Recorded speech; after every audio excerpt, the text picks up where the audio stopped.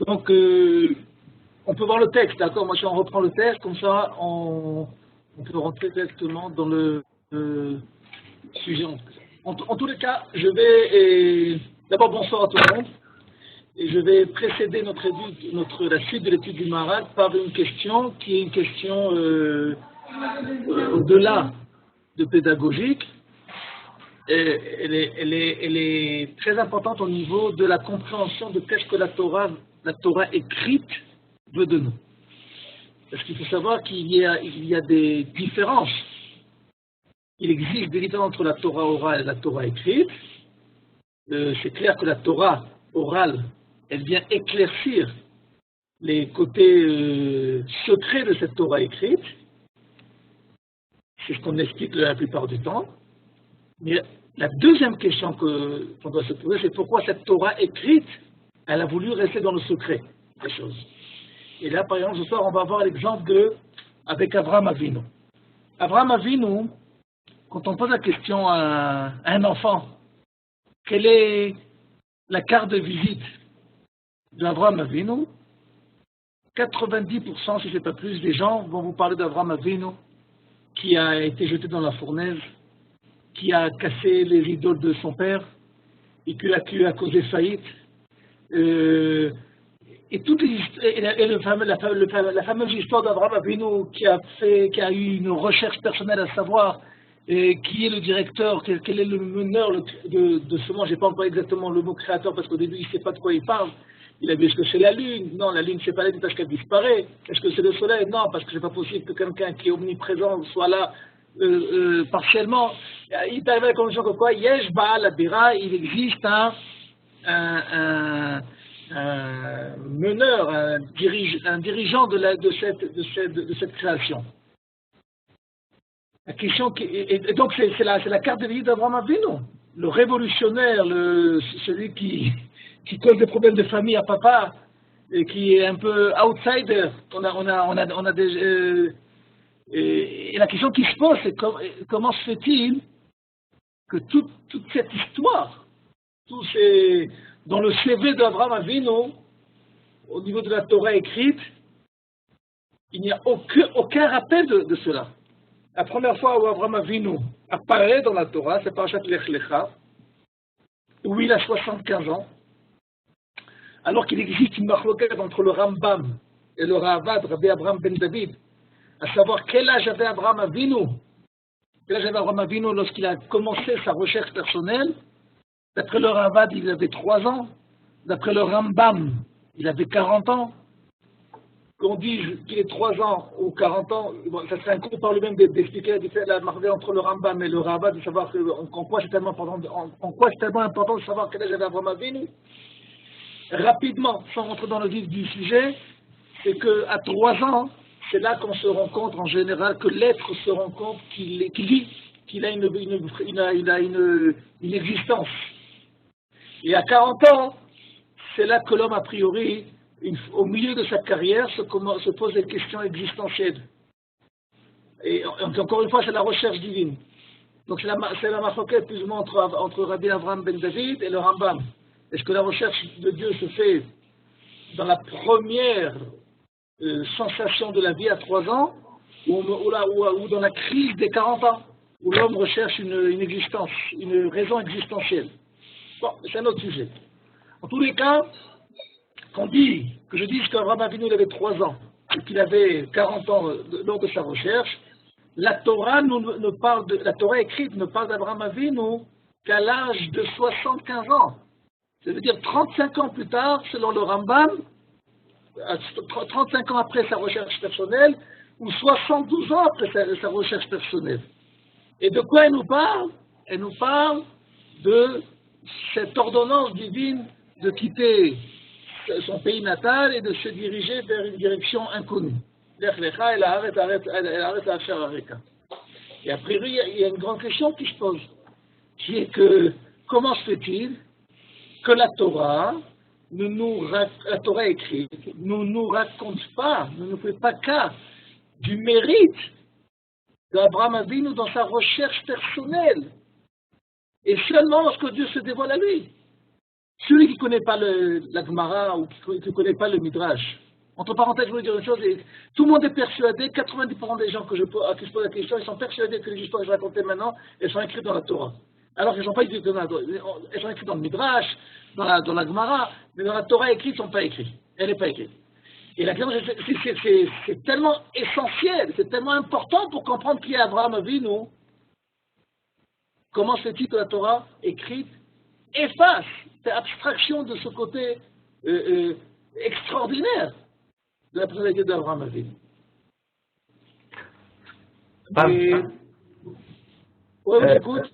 Juste avant, peut-être, ce serait bien de donner la parole aux auditeurs, aux participants sur cette question.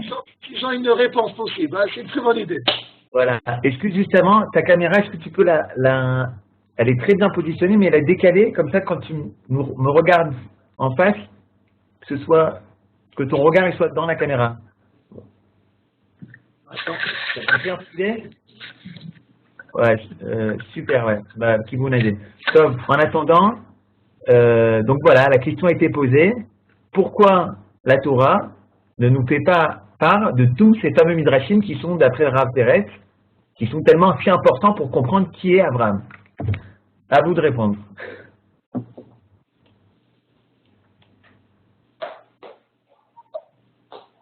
Oui, Ariel? Non? Crava?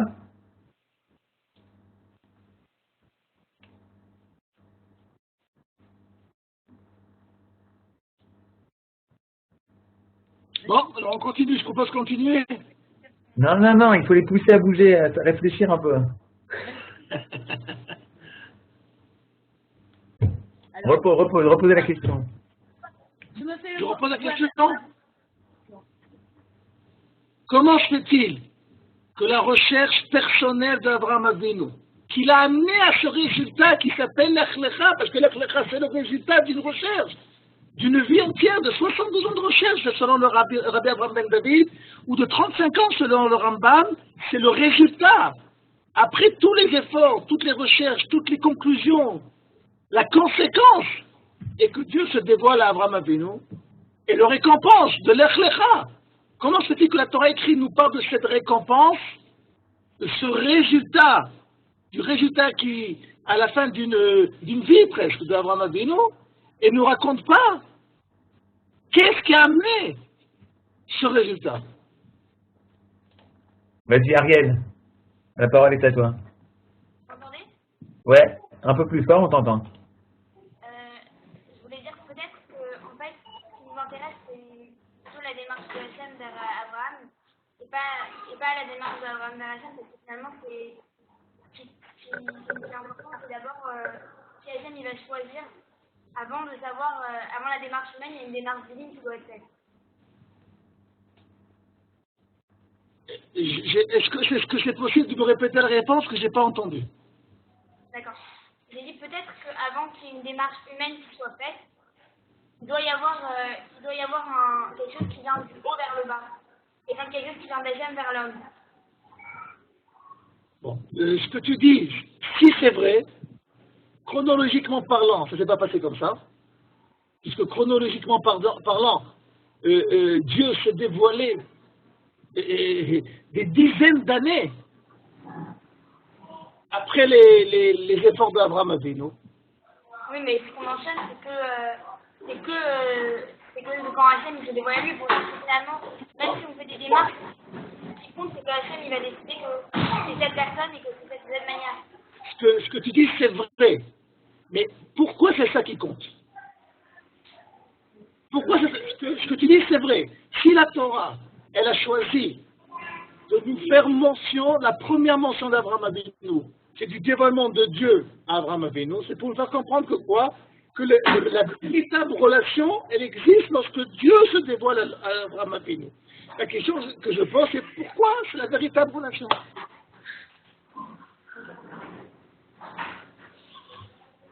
Jusqu'à maintenant, tu as la moitié, sur 10 points, tu en as 5. C'est pas mal, hein? Rava, tu voulais intervenir? Non. Bon. Si, elle voulait dire quelque chose tout à l'heure. Non? J'écoute, moi je suis là pour écouter. Rabat, tu voulais parler? C'est bon, c'est bon. C'est bon. Bechavod. Bon. On connaît tous le Club Med. Le Club Med, c'est les vacances. Il y a aussi le Club Med. C'est quoi le Club Med? Le club de la méditation. Ce qui veut dire qu'on aurait pu penser que quoi? Que Abraham Avinu, il a ouvert un nouveau grand Club Med. Le club de ceux qui ont la méditation sur la question divine. Et tous ceux qui vont méditer sur la question divine, ils vont être invités à rentrer, à adhérer à ce club. Si la Torah nous avait raconté la démarche d'Abraham Avinu, la première démarche, où Abraham Avinu, vraiment, il essaie d'ouvrir un club Med, le club des méditateurs. On aurait pu croire que quoi? Que tout celui qui médite peut rentrer dans le groupe, dans le projet qui s'appelle Abraham Avinu, ou dans un autre mot, la Ivriout, l'hébraïsme. Mais Dieu a décidé autre chose.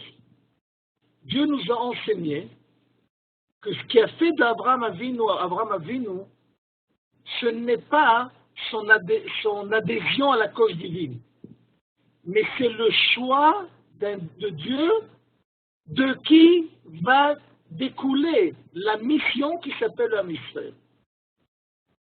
Ce qui l'intéresse à Kadosh Baruch Hu, c'est pas Abraham Avinu, c'est pas Yitzhak, c'est pas Yaakov. Ce qui l'intéresse à Kadosh Baruch Hu, c'est Am Israël. C'est cet ensemble. Non, il doit avoir une source. La source, c'est qui? Ça va être Abraham Avinu. Mais la source n'est pas une invitation à une adhésion, mais une invitation à une identification, de s'identifier au niveau de l'essence de qu'est-ce que c'est que l'âme Israël. Ce qui est important pour la Torah écrite, c'est de nous faire comprendre que le choix de Dieu dans Abraham Avinu, comme l'a dit Ariel, est un choix qui provient de Dieu vers l'homme. Comme on l'a expliqué il y a une fois, il y a le cours auparavant, ou il y a 2 cours auparavant, on parle d'une notion de création. Lorsqu'on parle d'une création, on parle d'un mouvement de Dieu à la création. On ne peut pas accepter la création, ou la créature ne peut pas adhérer à sa création, puisqu'avant d'être créé, pour pouvoir adhérer, il faut pouvoir exister. Donc la création est un acte unilatéral, arbitraire, totalitaire, comme nous avons expliqué la fois dernière. Elle ne dépend pas d'une adhésion, elle dépend tout simplement d'un décret, d'une décision divine. Et donc Dieu a voulu nous faire comprendre aussi que son choix chez Abraham Avinu ne provient pas de l'adhésion d'Abraham Avinu, mais provient d'une création de cette nouvelle identité qui s'appelle Israël, dont la source est Abraham Avinu. Et tu veux comprendre c'est quoi cette source? Et tu dis tout ce qu'il a fait Abraham Avinu pour découvrir son bon Dieu, pour découvrir le bon Dieu sur terre. Mais c'est pas ça qu'a fait l'âme Israël. Ce qu'a fait l'âme Israël, c'est une décision divine, arbitraire, unilatérale de la part de Dieu, qui a un Israël. Si on a compris cela, on peut passer au texte. Mais avant de passer au texte, est-ce que l'idée est assez claire? Donc, si moi je venais à croire, je vais peut-être un peu plus approfondir cette idée encore. Si moi je venais à croire que l'âme Israël, c'est un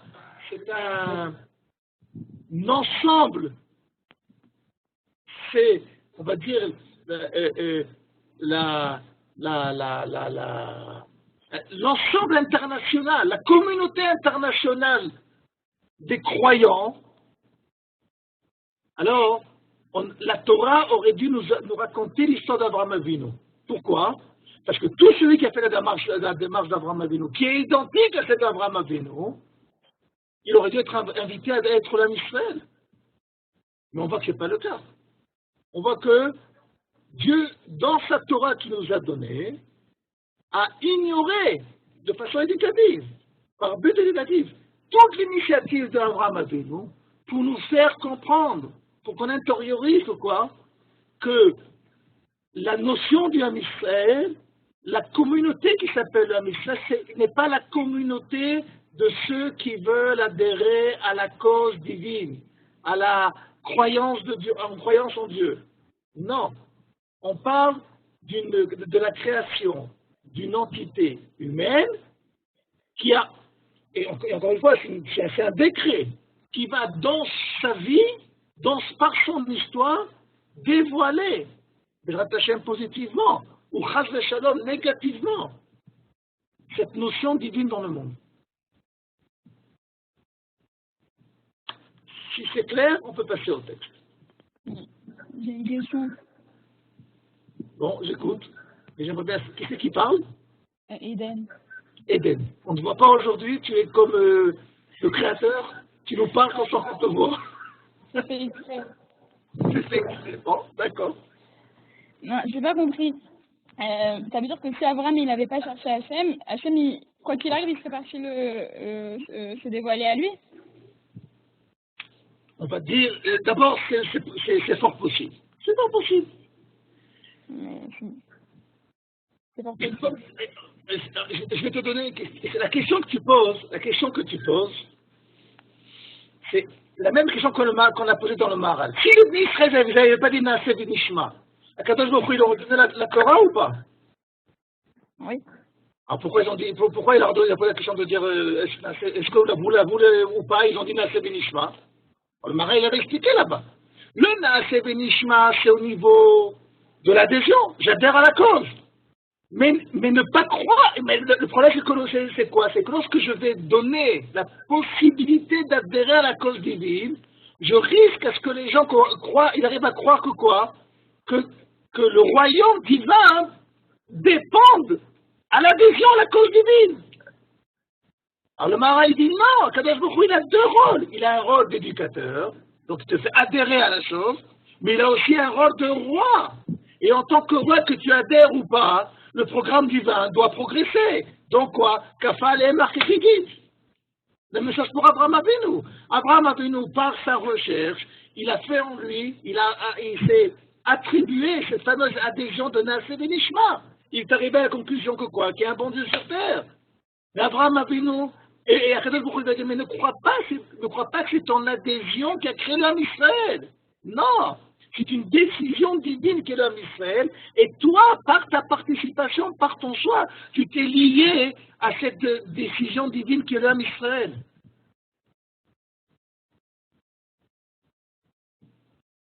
Bon, je vois que j'ai réussi à convaincre tout le monde, j'ai un silence total, c'est extraordinaire. Mais si tu n'es pas d'accord, ou si tu n'as pas compris, il faut me dire, parce que non seulement, j'entends pas, mais je ne comprends pas aussi. D'accord, mais Abraham, il a donné aussi naissance aux chrétiens et aux musulmans, qui eux, ils vont adhérer comme ça, genre, sans... Il a fait mode, exactement. Donc ta question que tu poses, c'est exactement la preuve. C'est que si l'homme Israël était la société internationale à l'adhésion à la cause divine, alors, qui doit rentrer dans l'homme Israël? Les chrétiens, les musulmans, parce que tout le monde adhère à sa façon à la cause divine. Et entre parenthèses, c'est exactement l'argumentation de la chrétienté. L'argumentation de la chrétienté, c'est qu'ils n'acceptent, ils veulent faire de la démarche d'Abraham Avinu quelque chose d'universel, que c'est l'homme à choisir est-ce qu'il rentre dans le club Med, dans le club de la méditation divine. Et c'est pas un Dieu qui va me dire, est-ce que j'ai le droit de rentrer dans ce club Med ou pas? Mais les chrétiens, ils viennent d'Abraham. D'accord. Toutes les religions monothéistes, ils viennent d'Abraham Avinu. Mais il y a Féméod, ce qui va expliquer, surtout Rabbi Yehuda Halevi, dans son livre de Kuzari, il va expliquer que quoi? Que au fur et à mesure de l'histoire, ça va prendre à peu près 2000 ans d'histoire, ce que je vais te raconter maintenant. pendant 2000 ans d'histoire, il va avoir une sélection naturelle divine afin d'éliminer, de sortir de l'ensemble qui va s'appeler Israël, ceux qui croient que Israël est le produit d'une adhésion personnelle. Ok. Et comme la chrétienté et l'islam et toutes les autres religions monothéistes sont des philosophies divines, c'est des philosophies de théologie et ainsi de suite, alors, a priori, elles sont monothéistes aussi. Mais c'est quoi le grand danger? Le grand danger, c'est de croire que l'approche philosophique, l'adhésion divine, c'est ça qui crée le bon Dieu. C'est ça qui donne l'image de qu'est-ce qui c'est ce Dieu. Viens à Kadosh Baruch Hu, il dit à Abraham Avinu, je suis très heureux de ta participation au jeu de piste qui s'appelle Trouver le bon Dieu, mais ne crois pas que c'est ça qui a fait que j'existe ou je n'existe pas. J'existe avec ton adhésion ou sans ton adhésion. Et à tel point que cette chose existe, elle est réelle, la création d'un ensemble humain qui va véhiculer cette idée, elle va commencer par toi, par ton adhésion. Mais elle ne va pas dépendre de ton adhésion. Et donc toute ta descendance, dans ta descendance, il va avoir un besoin de sélectionner, filtrer, et qui va rentrer, qui va avoir la possibilité de rester dans cet ensemble divin qui s'appelle Israël. Et ceux qui vont pas pouvoir y rester, ce sont ceux qui vont avoir, d'après eux, uniquement l'approche d'Abraham Avinu de trouver le bon Dieu. Okay. Et de ne pas accepter qu'une fois que tu as trouvé un bon Dieu, s'il ne s'adresse pas à toi, tu n'as aucune certitude de qui est ce Dieu. Ok.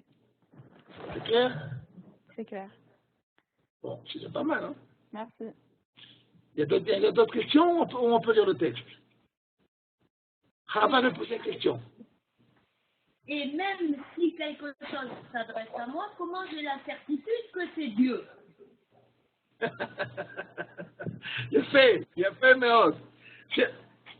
ça veut dire, on va dire comme ça, ça s'appelle, Rav Ashkenazi disait que un homme normal, c'est un homme athée.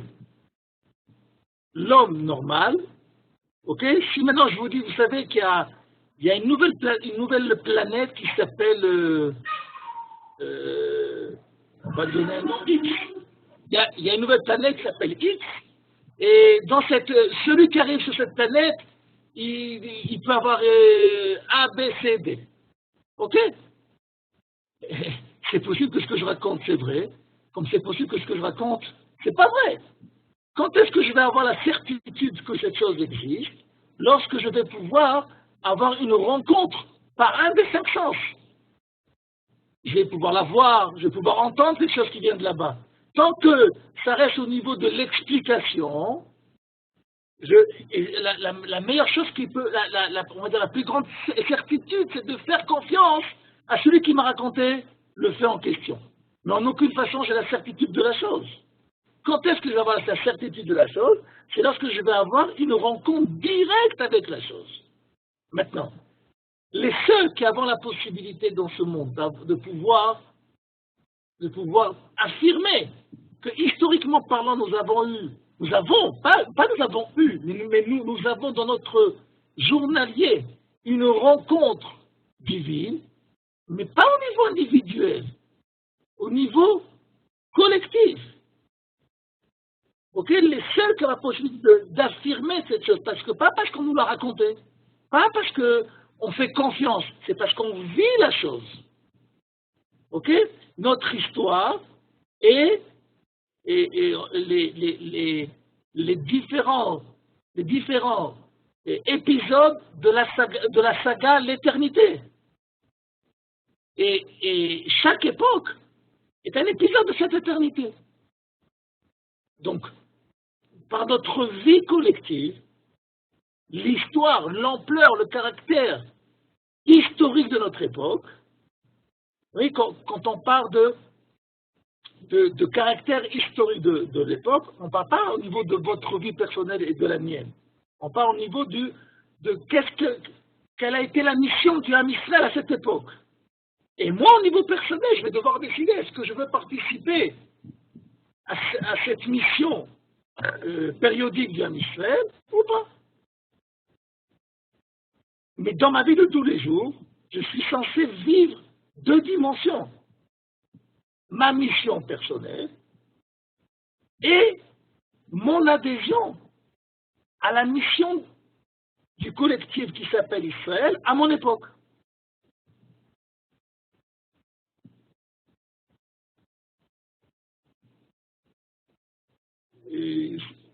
C'est bon? Où on en est? Où on en est? Rav, si c'est pas clair, il faut me dire. C'est clair, Rav. Bon, alors on va... Il y a le tri qui se fait dans le cerveau. Ah bon, c'est comme chez le bon Dieu, il a fait le tri chez Avraham Avinu, c'est bon, alors ça va. C'est bon. Ok, donc on peut commencer le texte. Ok. Donc, est-ce que tu peux descendre? Non, est-ce qu'on peut descendre le plus bas le texte, il y a fait. Donc, lisez avec moi maintenant le Maharal. Ki lo aya atchalat advekut mitzat הפרט, רק הדבקות הזה דבקות כללית, לא דבקות פרטית. וכך כאשר בחר השם יתברך מתחילה באברהם, והוציאו מאור כזים לתת לו את הארץ, כתיב ויאמר השם אל אברהם, לך לך מארצך וממולדתך אל הארץ אשר אראך. כלומר, quand Dieu a choisi Abraham, il dit le Maharal, il n'a pas choisi Abraham. Ce qui l'intéresse, c'est pas monsieur Abraham. C'est pas les mérites personnels d'Abraham. Il ne veut pas récompenser Abraham de son acte de bravoure divine qui s'est opposé à tout ce qu'il y avait à son époque.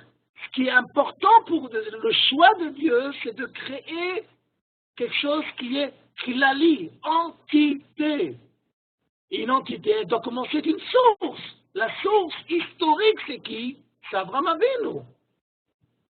Mais on n'est pas le résultat d'Abraham Avinu, ce qu'il dit le Maharal. C'est Abraham Avinu qui est notre résultat. Le nôtre, ça veut dire quoi le nôtre? Abraham Avinu, le choix de Dieu dans la personnalité d'Abraham Avinu, il provient que le résultat que Dieu veut, c'est pas Abraham Avinu, il veut pas un tzaddik, il veut un peuple juif, il veut pas un club med, il veut une société qui s'appelle Ham Israël. On n'est pas Israël parce qu'on a un grand-père qui s'appelle Abraham Avinu. Grand-père Abraham Avinu, il est grand-père parce qu'il a des enfants qui s'appellent Ibn Israël. Le Maharal, je vous dis, très souvent, il change la direction de réflexion parce que quand on n'a pas les bonnes définitions ou la bonne direction de la pensée, Chas v'Shalom, on peut arriver à des problèmes énormes. Pas au niveau unique de la compréhension, mais au niveau de la émouna. J'ai pas compris le coup du grand-père. Je vais peut-être expliquer un peu plus. On a un proverbe en hébreu. On a un proverbe en hébreu qui dit Maaseh avot siman habanim. Je traduis que les actes des pères sont un signe pour les enfants. Maaseh avot siman habanim. Entre parenthèses, on ne sait pas exactement d'où provient cette phrase, parce que celui qui l'a employé la première fois, c'est le Ramban dans Sefer Bereshit, mais on ne sait pas d'où le Ramban a apporté ce fameux proverbe, parce que dans le Talmud, il n'existe pas, dans le Midrash, il n'y a pas de source. En tous les cas, le Ramban, Nachmanide, fait usage de cette phrase comme quelque chose qui est pour lui quelque chose qui est extrêmement connu au niveau de Torah Sheba'al Peh. En tous les cas, le Rambam dit que Maaseh Avot Siman Abanim. Ce qui veut dire que, je répète la traduction, que les actes de nos ancêtres sont un signe pour les enfants. Maintenant, je pose une question. Une question que je pose plusieurs fois pendant l'année à mes élèves, et je la pose aussi cette fois-ci. Quand je dis cette phrase au niveau du Pshat, Maaseh Avot Siman Abanim, que les actes des pères sont un signe pour les enfants, qui est le but et qui est le moyen de cette phrase? Quel est le but? Les pères ou les enfants? Les gosses. Les enfants. Je n'ai pas entendu. Les gosses. Les enfants. Donc, qui est venu pour qui? Nos ancêtres sont venus pour nous. Donc, on va régler la traduction de Maaseh Avot Siman Abanim. Les actes de nos ancêtres se retrouvent, se réalisent, où ça? Dans la vie des enfants. Ce qui veut dire que quoi? Que si je comprends, comme on a expliqué au niveau du pshat, on n'a pas fait maintenant du pile-poule, on a expliqué le pshat de la phrase. Si on comprend une telle phrase, on comprend que lorsque je vis mon judaïsme, alors on comprend que au moment où je vis mon judaïsme, je ne le vis pas pour Abraham Avinu, pour respecter d'où je viens, mais je suis le résultat temporaire de l'effort d'Abraham Avinu de toutes les générations jusqu'à maintenant. Tout ce qui s'est passé auparavant s'est passé pour arriver à ce résultat temporaire qui s'appelle Am Israël 5776. Et donc, si on comprend cela, parce que de dire le contraire, c'est de rendre le judaïsme un système, une grande imitation. On imite nos ancêtres. Mais le judaïsme n'est pas d'imiter nos ancêtres. Le judaïsme, c'est d'être juif maintenant. Et quand je suis juif maintenant, j'exprime le résultat de tous les efforts qui ont été émis jusqu'à maintenant, depuis mes avot, depuis les premiers actes de mes ancêtres. C'est comme, par exemple, on va donner un autre exemple pour mieux comprendre. Je sais que c'est un sujet très difficile à comprendre, donc je vais utiliser un autre exemple. On sait que lorsqu'un enfant est confectionné de Hashem, ça commence d'une cellule. Lendemain, 2. Après, 4. C'est au puissance 4. C'est puissance 2. Après, 16. Après, 64. Et ainsi de suite. Mais on sait pertinemment que dans la première cellule, il y a tout là-bas. Tous les membres y sont. Les yeux, les pieds, les mains, tout Chasdei Shalom. Simplement quoi? Au fur et à mesure des 9 mois de grossesse, ce qui va se passer, c'est que les 9 mois de grossesse vont être la période qui va permettre à cette première cellule de se développer et d'arriver à une certaine maturité qui va lui permettre de pouvoir, une fois qu'elle sera mûre, à sortir. Mais le but, c'est quoi? C'est de rester cellule ou d'arriver à un corps harmonique.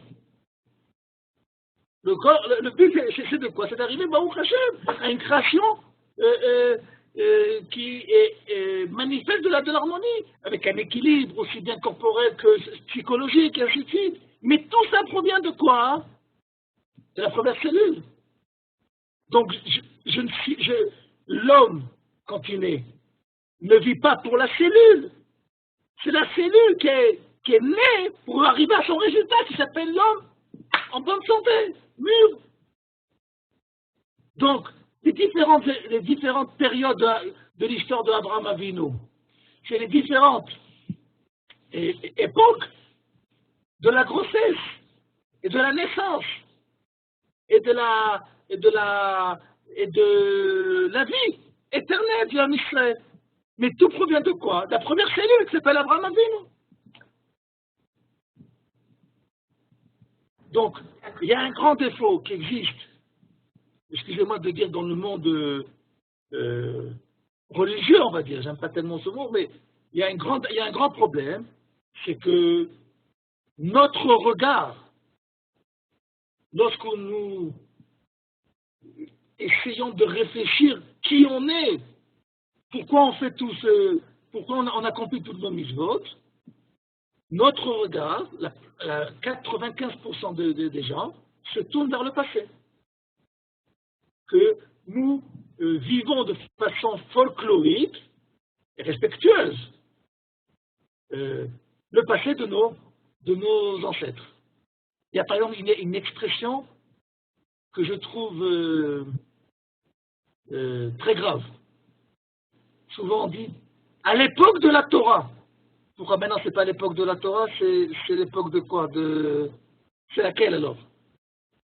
C'est comme quelqu'un, il a 60 ans, il dit, quand je vivais, que j'avais 20 ans. Pourquoi maintenant t'es quoi, tu es mort? Il a dit, tu es un Israël.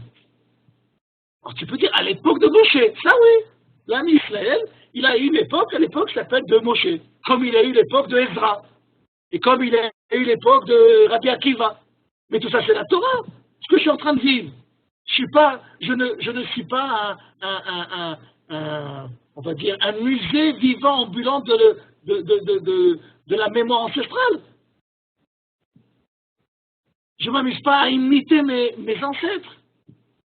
J'essaie de réaliser pleinement mon identité en sachant pertinemment que ce que je suis en train de réaliser, que j'essaie de réaliser, ne vient pas uniquement me réaliser, mais vient aussi, surtout être le résultat d'un effort de centaines de générations.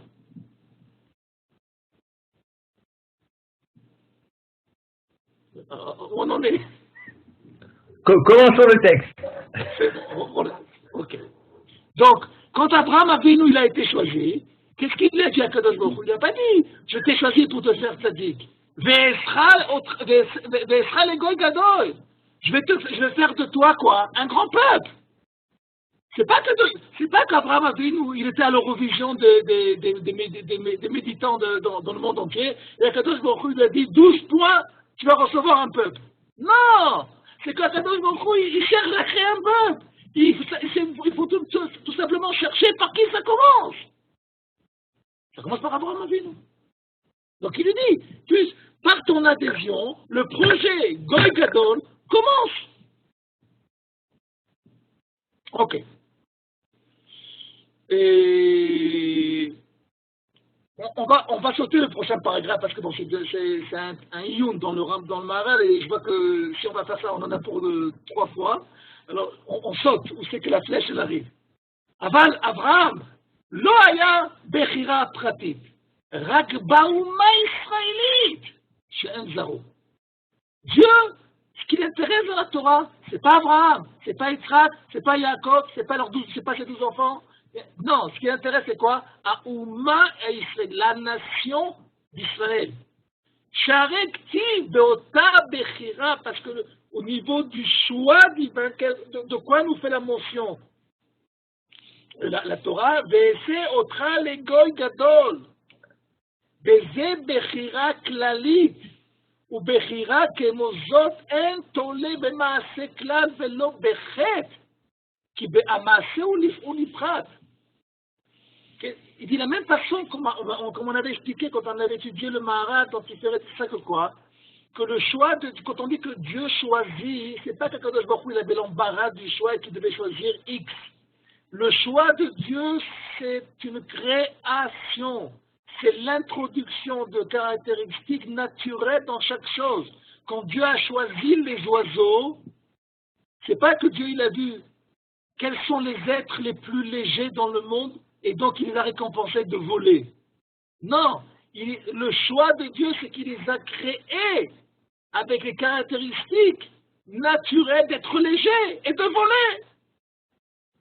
Et c'est valable pour toutes les créations. Et quand Dieu il a créé les poissons, il n'a pas vu ceux qui savaient faire du sous l'eau le plus longtemps, et donc il a dit, ah, vous savez tenir 2 minutes sous l'eau, je vais vous récompenser, vous allez voir toute votre vie sous l'eau. Non! C'est que Dieu, le choix de Dieu, c'est un choix de créer un être qui a la possibilité d'être sous l'eau et de pouvoir respirer. Donc ce qu'il dit ici le Maharal, c'est la même chose. Ce qui a été choisi ici, c'est les caractéristiques. Quelles sont les caractéristiques qui vont former, qui vont participer, qui vont confectionner cette identité qui s'appelle Israël, qui va commencer par l'histoire de l'adhésion d'Abraham Avinu à cette cause. Et donc, dit le Maharal, si tu comprends cela, tu vas comprendre encore un autre élément, qui est que les incidents personnels qu'il peut avoir pendant cette histoire du Ham Israël, ne peuvent jamais entraver au projet divin qui s'appelle Israël. C'est comme si, par exemple, imaginez-vous qu'il y a une race d'oiseaux qui est en voie d'extermination. On ne va plus les trouver. Or, c'est possible qu'une sorte d'oiseau disparaisse. Mais le monde d'oiseau ne peut pas disparaître. Pourquoi? Parce que ça fait partie de la création du monde, au niveau naturel. Donc il peut avoir un côté individuel qui va être entaché, mais au niveau du projet divin général collectif, l'incident personnel ne peut pas entraver le projet divin. Il dit le Maharal, je vais dire ce qui va nous enseigner ici le Maharal, c'est que le Tanakh va nous enseigner tous les incidents qui ont eu lieu dans l'histoire du Ham Israël pour nous apprendre 3 choses. Un, d'abord, qu'il y a eu l'incident, et que dans la Torah, on ne raconte pas des histoires. Quand il y a un incident, comme cette semaine, Parashat Shavua, la Torah, elle en parle. Elle ne cache pas les choses. Il y a eu un incident. Premier élément. Deuxième élément, de nous faire comprendre que l'incident local n'a aucune entrave sur le projet divin. Il peut être reculé, il peut être freiné, mais en aucune façon, il peut annuler la chose. Et troisième élément, en tant que lecteur de cette Torah, que je vois que les incidents locaux, personnels, n'entravent pas au projet divin, je dois faire mon choix. Est-ce que je veux faire partie de l'aventure personnelle des gens, ou est-ce que je veux adhérer à la cause collective? C'est pour ça que la Torah nous raconte tout ça. Elle nous raconte tous les méfaits qu'il y a eu dans l'histoire d'Israël qui n'ont pas réussi à annuler le projet naturel de la création qui s'appelle Israël. De la même façon qu'on ne peut pas exterminer tous les oiseaux ou tous les poissons. On peut être une race. Mais on ne peut pas annuler qu'il y a des êtres qui peuvent voler. Donc, le choix d'Israël est le choix d'une caractéristique nationale qui va s'exprimer par une histoire naturelle qui correspond à celle d'Israël et qui peut avoir des incidents périodiques. Tout le Tanakh, c'est le protocole de tous les incidents périodiques qu'il y a eu, sont venus, et qu'on aurait pu croire qu'ils viennent annuler le projet.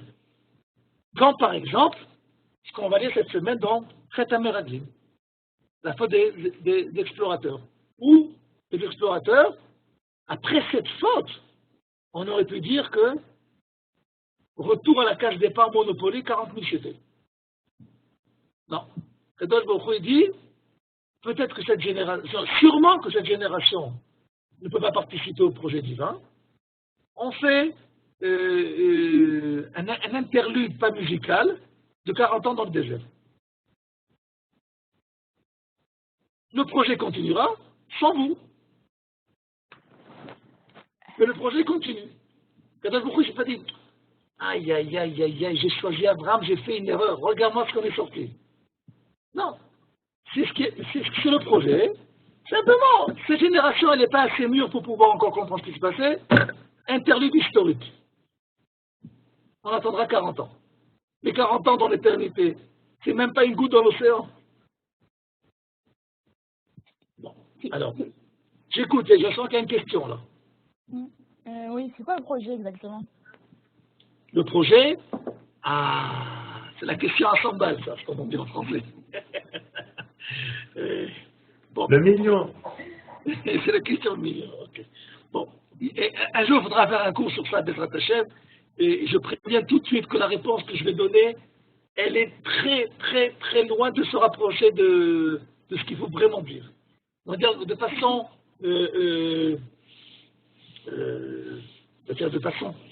très, très simple, très basique. Le projet, c'est que la royauté divine soit vécue à un niveau d'une royauté humaine, au niveau du collectif. Ok?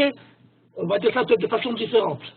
De comprendre que la dernière création de Dieu n'est pas l'homme, mais le peuple. Le peuple, c'est royauté. Ok? Entre parenthèses, ce qu'on a dit qu'Abraham Avinu a existé pour nous, c'est exactement ce qu'on va aussi, c'est exactement la même chose qu'on voit dans la relation entre le roi et son peuple. Le roi existe parce qu'il y a un peuple.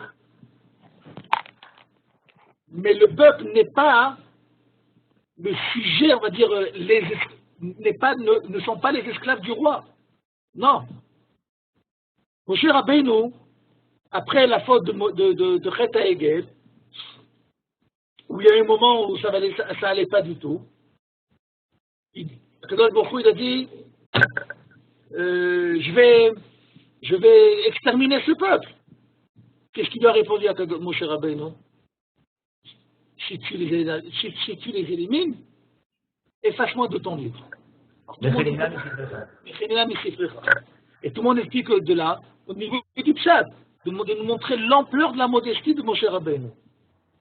Le Rav Kook expliquait de façon un peu plus, même le Kuzari, a expliqué ça de façon différente. Pas différente, supplémentaire. Que quoi? Que Moshe Rabbeinu dit à Kadosh Baruch Hu, argumente, s'il n'y a pas de peuple, qu'est-ce que je fais ici, moi? J'ai pas de place, parce qu'ils ne sont pas venus pour me rendre Moshe Rabbeinu, je suis là pour les servir. Je suis là pour... toute l'importance ou l'impact de mon rôle en tant que meneur, roi, prophète que j'ai à mon époque, elle provient d'un Israël. Et c'est exactement... Alors, quoi, Dieu ne savait pas cela? Mais sûr que Dieu, il savait cela. Mais il voulait que Moshe Rabbeinu comprenne cela.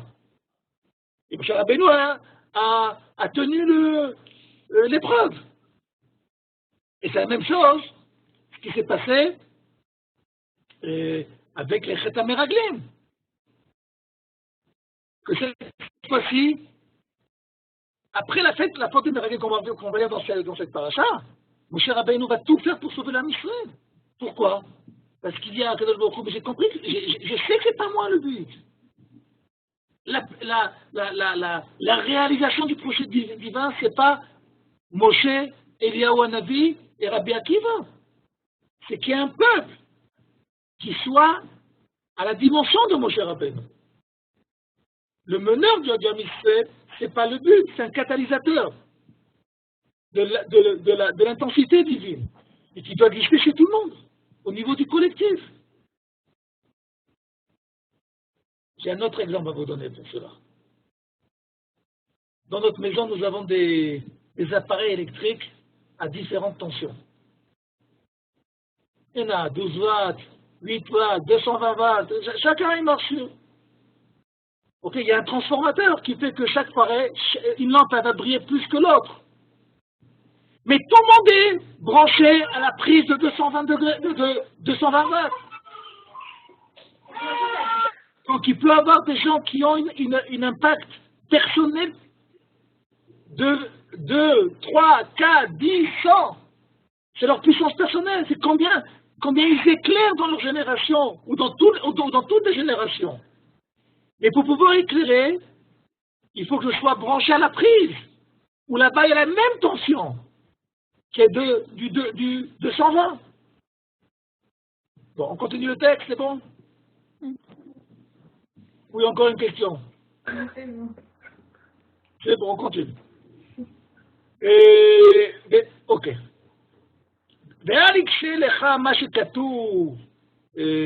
Non, ça aussi on peut sauter parce qu'on on est un petit peu en retard. Est-ce que tu peux baisser le texte? Bon, ça ok. Ah, ok. Il dit le Mara, c'est comme ça qu'on va répondre à la question.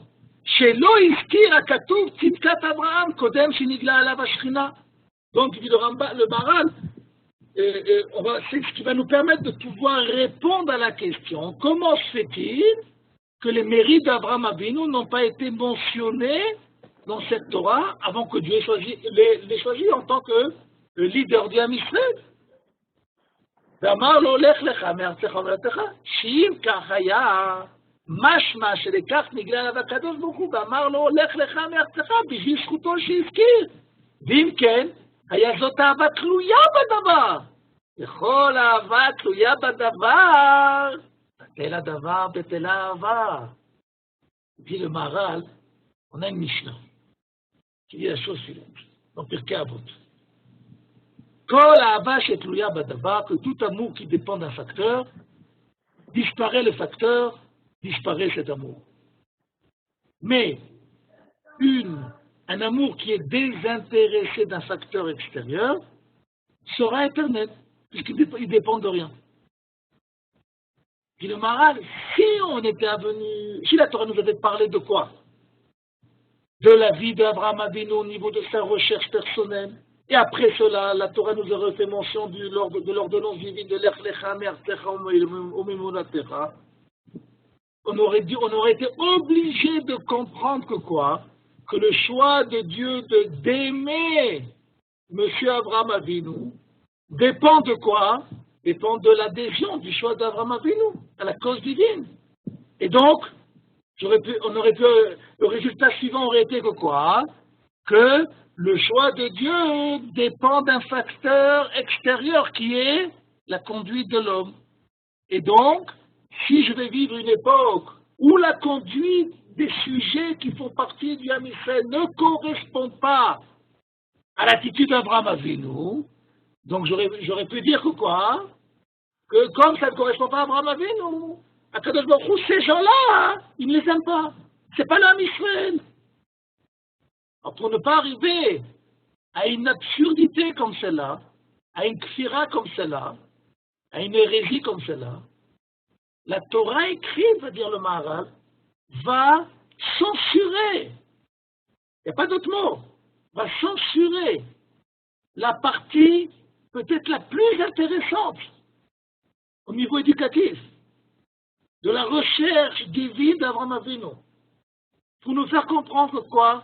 Que le choix de Dieu en Israël, sur Israël, est inconditionné, ne dépend pas d'aucune réaction extérieure à la volonté de Dieu. Le Maharal va nous enseigner dans ce même pérec, c'est la raison pour laquelle nous sommes appelés Banim. Banim, enfants. Parce que vous pouvez faire un sondage, mais souvent les parents n'ont pas les enfants qu'ils auraient voulu avoir à la maison. S'ils avaient pu faire une commande des caractéristiques des enfants qu'ils auraient voulu avoir à la maison, c'est possible qu'ils auraient autre chose, qu'ils auraient demandé autre chose. Ça veut dire qu'Akadosh Baruch Hu aurait accepté. Mais ça veut dire qu'eux, en tout cas, ils auraient demandé quelque chose qui correspond plus à l'atmosphère familiale qu'ils auraient voulu créer. Et malgré cela, les enfants naissent Il y a une relation qui est censée exister entre les parents et les enfants, qui ne dépendra en aucune façon des aventures extérieures de l'enfant. Qu'elles soient bonnes ou chas shalom, qu'elles soient négatives. Parce qu'un enfant, ce n'est pas un élève. Un élève, on peut peut-être avoir une relation, et en même temps c'est problématique. Mais admettons, on peut admettre, on peut imaginer que la relation, elle dépend d'une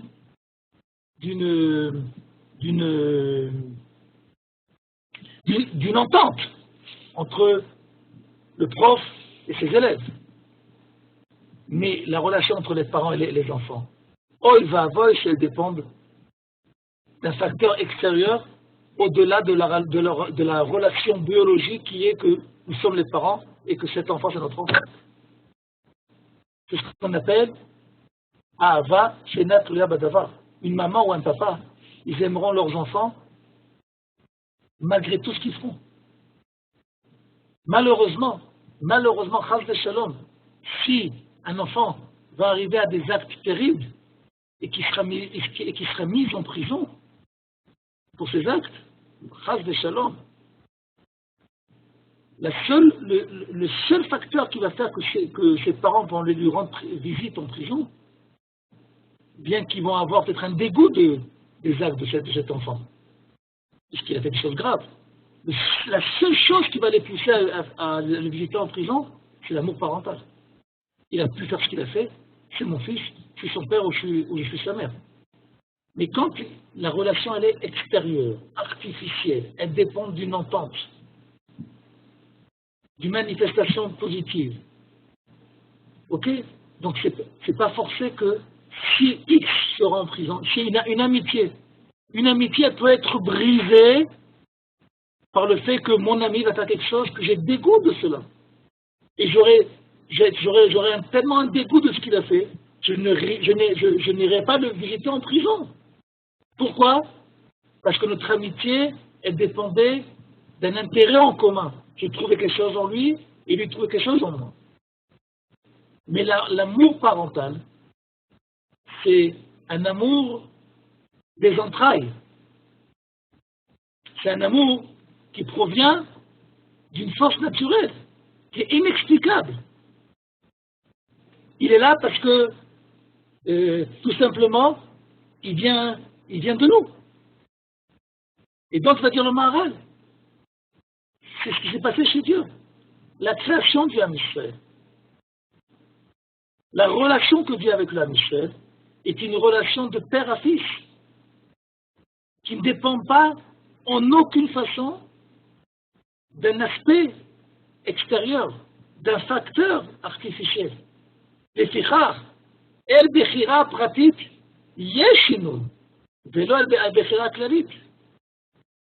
וכיוון שלא נזכר צדקת אברהם קודם שאמר לו, לך לך מארצך, לא היה זה בשביל צדקת אברהם, עד שתאמר אם בטל דבר בטלה האהבה. כי זכות אבות, écoutez bien ce qu'il dit ici le Maharal, כי זכות אבות, אפשר שיהיה תמה, ואם כן, תהיה הבחירה הזאת שבחר באברהם בטלה. וכך לא הזכיר זכותו, כלומר, כי הבחירה הזאת לא תלויה בזכות כלל, וכך אי אפשר שיהיה דבר זה בטל. Il y a ce qui s'appelle dans le Talmud, זכות אבות. Et à chaque fois qu'il y a eu des fautes dans le Tanakh, ce qui nous a sauvés, c'est ce qu'on appelle Zchut Avot. Dans le bilan divin, on avait un plus des actes, des mérites de nos ancêtres, et à chaque fois qu'on se comportait mal, Kadosh Baruch Hu sortait un joker qui s'appelle Zchut Avot. Et donc, ça calmait la colère divine. Et la Gemara nous raconte que quoi? Qu'à l'époque, si je ne me trompe pas, si je me rappelle à la fin du premier Beth Amikdash, Tama Zchut Avot. Le Zchut Avot, il n'y a plus rien dans le bilan, ça y est, on est arrivé à zéro, il n'y a plus rien. Et donc la Gemara a dit, si on est arrivé à zéro, c'est la catastrophe parce que, avec toutes les bêtises historiques qu'on fait, on ne va pas pouvoir tenir. Et la Gemara répond là-bas, זכות אבות תמה. אבל ברית אבות לא תמה. Il y a une différence entre le mérite des pères et l'alliance des pères. Le mérite des pères, c'est ce qu'ont fait nos ancêtres, et par leurs actes, nous avons eu un bilan positif, un bilan positif au niveau de nos mérites. Mais au-dessus de cela, il y a autre chose qui s'appelle Brit Avot. L'alliance que Dieu a engagée vis-à-vis de nos ancêtres. Pas que nos ancêtres ont eu avec Dieu, mais que Dieu s'est engagé envers eux, que quoi? Le choix de Dieu. Que quoi? Qui est Israël. Et ça ne dépend pas du Srutavot, des mérites, mais dépend d'une décision divine qui n'est pas changeable à l'image d'un leader politique qui change son programme politique en fonction de l'électorat. Kadosh Baruch Hu, il ne cherche pas à être élu parce qu'il existe et il existe uniquement que par lui-même. Et donc, quand on participe à cela, à son projet, on a des mérites. Mais que les mérites existent ou pas, Chas v'Shalom, la relation unilatérale du choix de Dieu, ce qu'on appelle l'alliance de Dieu, c'est ça qui va prendre priorité. Les sikoum, conclusion, c'est pas écrit dans le Maharal, c'est ce que nous a enseigné Ishayahu Navi. Am zu yatzarti li, tehilati yesaperu. Ishayahu Navi nous a enseigné la chose suivante, que Dieu a dit, Am zu yatzarti li, je me suis créé ce peuple, pas un monsieur, pas un club med, non. J'ai créé un peuple, afin que quoi? Tehilati yesaperu. Par leur histoire collective, nationale, ils vont diffuser ma louange. Ils vont diffuser ma puissance. Donc, remarquez bien de quoi on parle. On parle d'une notion de Amzu Yatzarti. Dieu n'a pas créé les Juifs. Il a créé une nation qui s'appelle Israël, qui a commencé par un individu, par une cellule, comme tous les autres corps. Tous les corps proviennent d'une cellule. Peut-être un peu mieux, pour donner un autre exemple supplémentaire. Est-ce que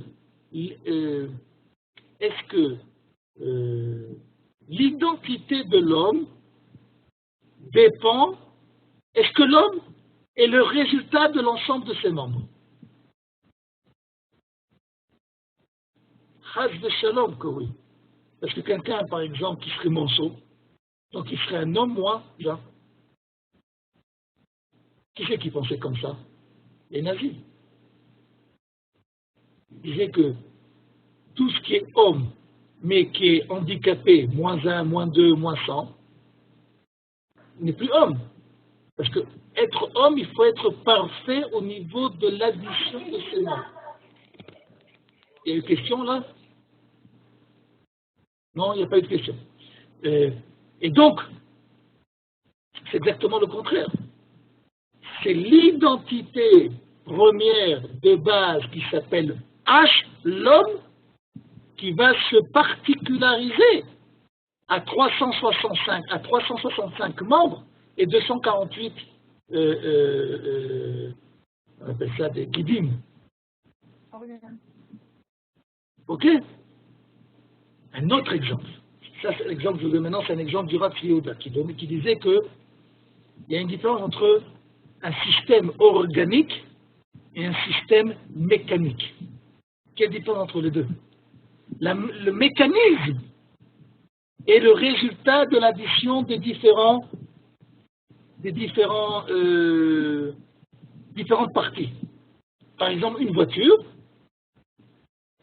c'est le résultat des différentes pièces. Un moteur, un carburateur, des roues, un volant, de la carrosserie.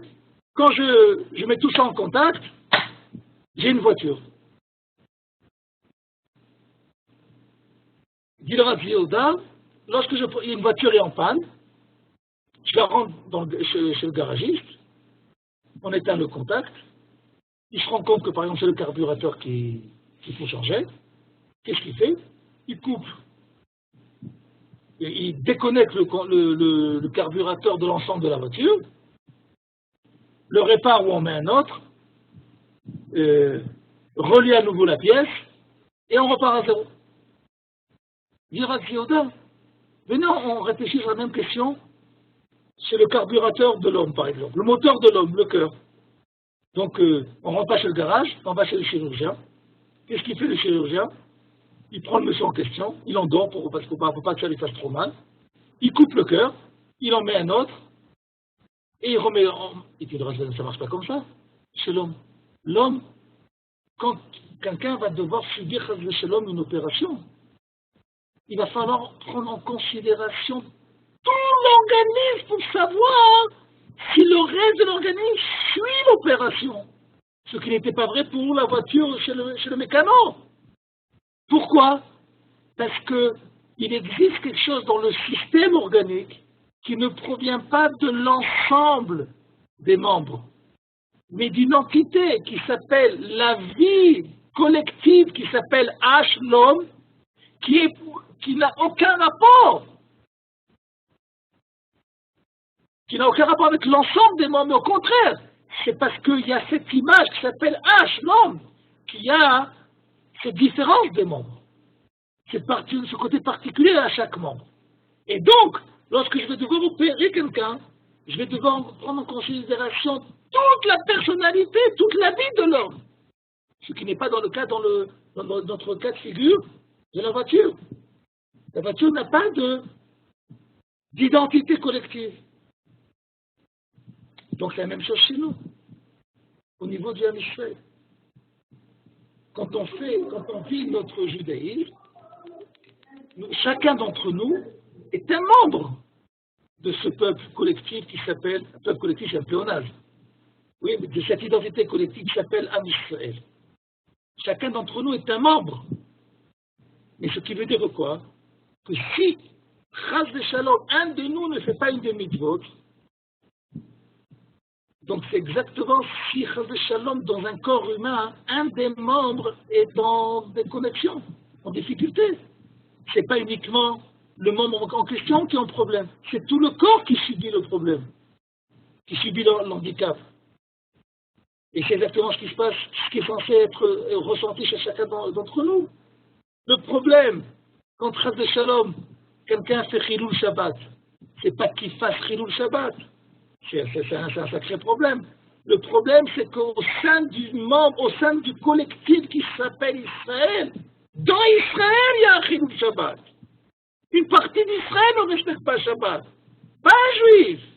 Une partie d'Israël ne respecte pas Shabbat.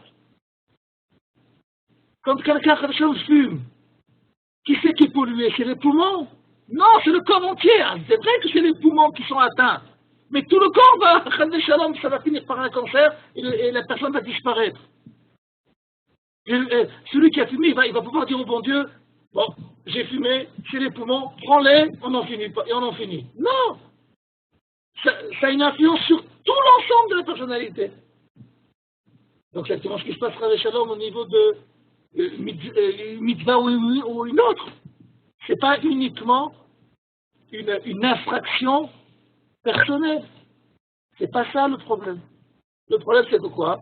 C'est qu'il y a une infraction au niveau du collectif. Une violation du domaine du collectif.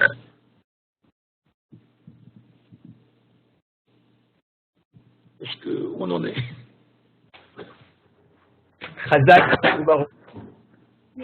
C'était un cours brillant, clair, net, précis, profond, tout était là. Ok, on a plusieurs questions, Ariel.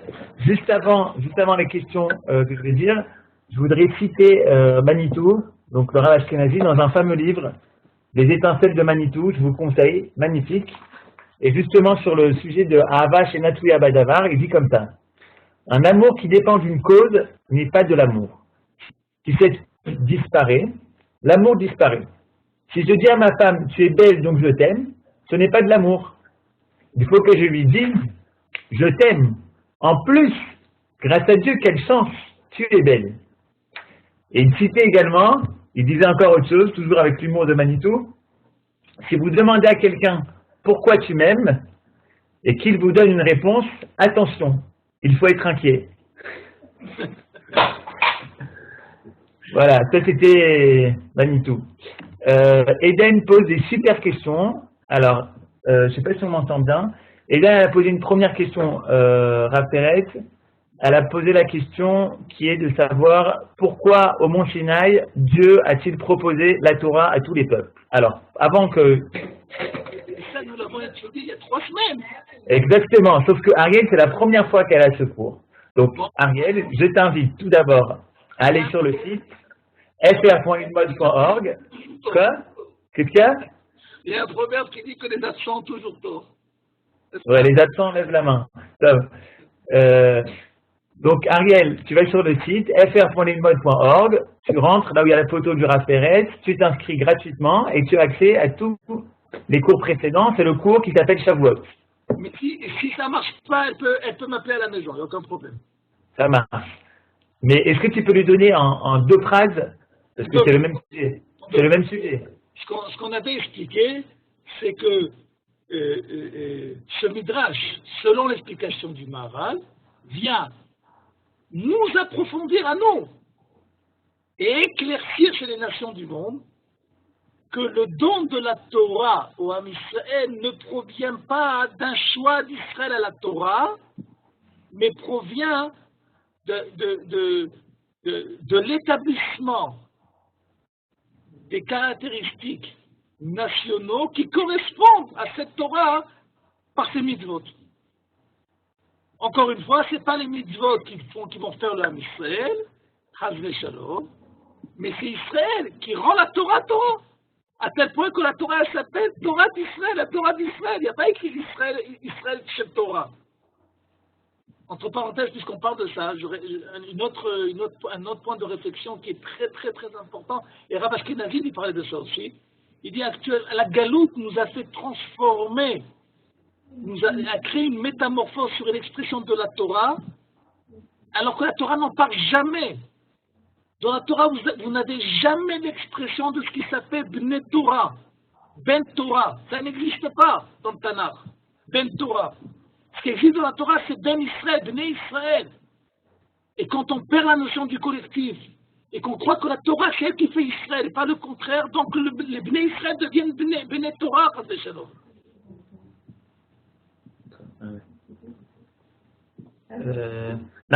tu voudrais juste rajouter, Ariel, d'après moi, ce que moi j'ai compris, ce Midrash-là, il ne vient pas nous montrer que Dieu a proposé la Torah à tout le monde, eux ils ont refusé.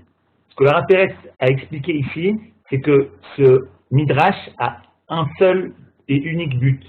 C'est de montrer qu'il y a une adéquation totale entre la Torah et Israël. Torah et Israël, chadou. La Torah et Israël, c'est un.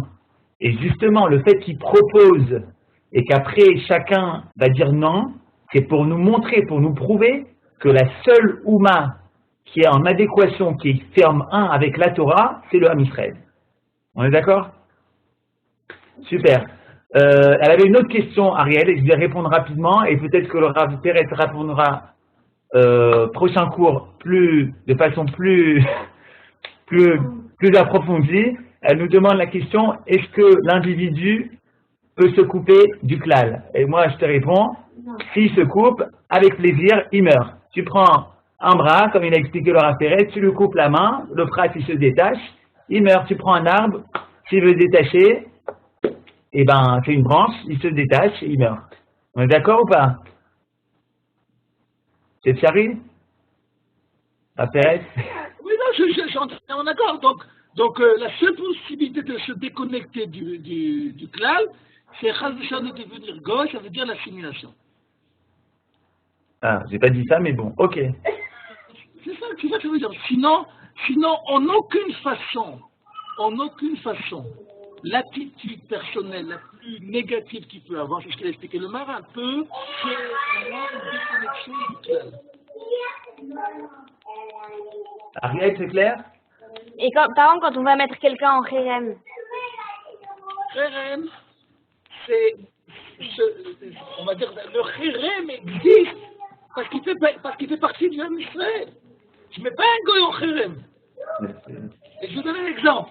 Si un Kherem, on va donner une image, c'est comme un enfant, on le met au piquet. Et pourquoi on le met au piquet? Parce que c'est un enfant. Si c'était un singe, on ne le mettrait pas au piquet. mais il peut sortir de cette situation alors? Bien sûr, le Kherem, on peut en sortir. Il y a une solution qui s'appelle Tchouva. Demandez qu'il fasse une bénédiction pour le gros. Ok, merci. Dans ma calculette, j'aurais besoin de mains, les amis. Toda Rabba, merci beaucoup Ariel. Merci au Raphaël. Ah oui, dernière question Raphaël, que ma femme me demande. On a vu que là, Abraham, il n'a pas de Prira Chopshit finalement. Il n'a pas de libre arbitre. On a expliqué qu'il a été choisi, non pas par ses qualités d'être, mais justement par Neshama Klali. Est-ce que Esav, il était un petit peu dans la même situation, j'explique. Esav, il devait faire partie du peuple juif puisqu'il devait se marier avec Léa. Donc comment lui, finalement, il était prévu d'être dans le plan, finalement, d'une certaine manière, et il a réussi à sortir du plan divin, à dire, moi, non. Et je vous rappelle, que Papa Yitzhak, qui c'est qu'il préfère par rapport entre Yaakov et Esav? Ah oui, justement. Il préfère Esav. Pourquoi? Parce que, encore une fois, rien n'était prévu que Esav sorte, soit éliminé de la course, qui s'appelle l'homme Israël. Il y a eu des actes au niveau de l'adhésion, au moment où l'identité d'Israël est en train de se confectionner. Abraham, ce n'est que le point de départ. Mais ça va prendre 2000 ans de confection. Un peu moins. Ok? Qui va faire que quoi? Qu'au fur et à mesure, tous ceux qui ne vont pas avoir en eux les caractéristiques du collectif d'Israël, mais qui auraient pu les avoir par une adhésion, comme l'a fait Abraham Avinu, vont pouvoir se joindre ou être extériorisés, jetés de cet ensemble qui s'appelle la Israël. Mais Esav aurait pu faire partie d'Israël, et c'est la raison pour laquelle que jusqu'à maintenant, Esav, la chrétienté, est persuadée qu'elle est Israël. Parce qu'elle a certaines caractéristiques, elle se voit Israël. Mais quel est son problème? Le problème, c'est que le problème de la chrétienté, elle a rendu les caractéristiques d'Israël individuelles et elle a annulé le collectif. Ok. C'est-à-dire que l'adhésion de l'homme, il a un impact sur la diffusion du... On a dit ici dans le Maharal que la décision, le choix, la création finalement d'Abraham, elle n'était pas dépendante de l'adhésion d'Abraham. Et là, dans Esav, tu viens d'expliquer que oui, que là, Esav, il a pu, grâce à son adhésion, changer. On va dire, je vois que je ne me suis pas assez bien expliqué. J'explique le truc. Le choix de Dieu qui a Am Israël ne dépend pas d'Abraham Avinu. Ça veut dire que, Chas de Shalom, l'histoire d'Israël aurait pu commencer par Nimrod. Si Nimrod avait choisi le projet divin qui s'appelle Israël, il y a un projet qui doit se mettre en place, qui est une création divine, qui s'appelle Israël. La question, c'est au niveau du choix. Est-ce que c'est moi qui commence ce projet? Mais le projet, il existe, sans moi ou pas avec moi. Le problème, c'est de savoir, est-ce que je vais être le détonateur du projet? Et ça, c'est tout le conflit qui s'est passé entre Abraham et Nimrod. Nimrod a été le détonateur de l'anti-projet qui s'appelle Israël, et Abraham Avinu a été le détonateur du projet qui serait, au fur et à mesure de la descendance d'Israël, va s'élucider au niveau de l'identité de la descendance d'Israël, quels sont ceux qui vont forger encore plus la notion d'Israël, parce qu'Israël, c'est pas uniquement Abraham Avinu le Chesed, c'est aussi Yitzhak le Din, et c'est aussi Yaakov Rachamim. Et une fois que cette symbiose des trois tendances qui existent en Israël vont être, on va dire, introduites dans l'identité d'Israël, Et au fur et à mesure que ça va être introduit, les participants ou les non-participants vont se séparer. Et au fur et à mesure ça va prendre des générations et des générations. Ok? Au fur et à mesure, à la fin du parcours, on a cette notion qui s'appelle Israël. Ce qui descend en Égypte, c'est Bnei Yaakov. Ce qui en ressort, c'est Bnei Israël. Ce sont deux choses différentes. Super. Il faut éclaircir un peu plus cette question. Attends, il y aura un... Allez, Si j'ai bien dit, il y a le projet, il y a Israël avec les individus. Mais ces individus peuvent très bien ne pas adhérer au projet, auquel cas ils risquent de s'assimiler, de disparaître du Ham Israël. D'accord?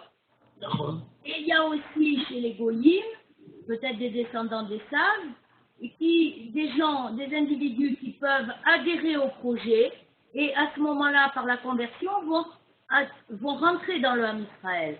Par la conversion. Ils ne pourront pas se suffire de leur adhésion personnelle. Ah oui, par la conversion. Oui. C'est une métamorphose. C'est quoi la conversion? C'est une métamorphose de la dimension individuelle à la dimension du collectif. Ami, Amer, Elokai, Elokai. Ce qu'on a dit la fois dernière aussi. Et le fait qu'on reste le choix d'Hachem, enfin, je ne sais pas si je vais arriver à l'exprimer, parce qu'on dit qu'un juif, il reste juif tout le temps, qu'il se convertisse au christianisme ou autre, Hasbe Shalom, mais il est toujours juif. Mais ça sera donc au niveau de l'individu. C'est-à-dire qu'une fois que l'individu disparaît, et si jamais il est parti ailleurs, la seule possibilité qu'il a, c'est de Hasbe Shalom se marier avec une Goya, c'est tout. C'est la seule possibilité qu'il y a de se déconnecter du collectif. Et c'est très simple à comprendre pourquoi. Parce que de la même façon que la maman, c'est elle qui donne naissance, et la naissance est un acte naturel, donc la seule possibilité de perdre ma nature, c'est par une nouvelle naissance qui n'est pas celle d'une maman juive. Juste compris. Toda Rabba.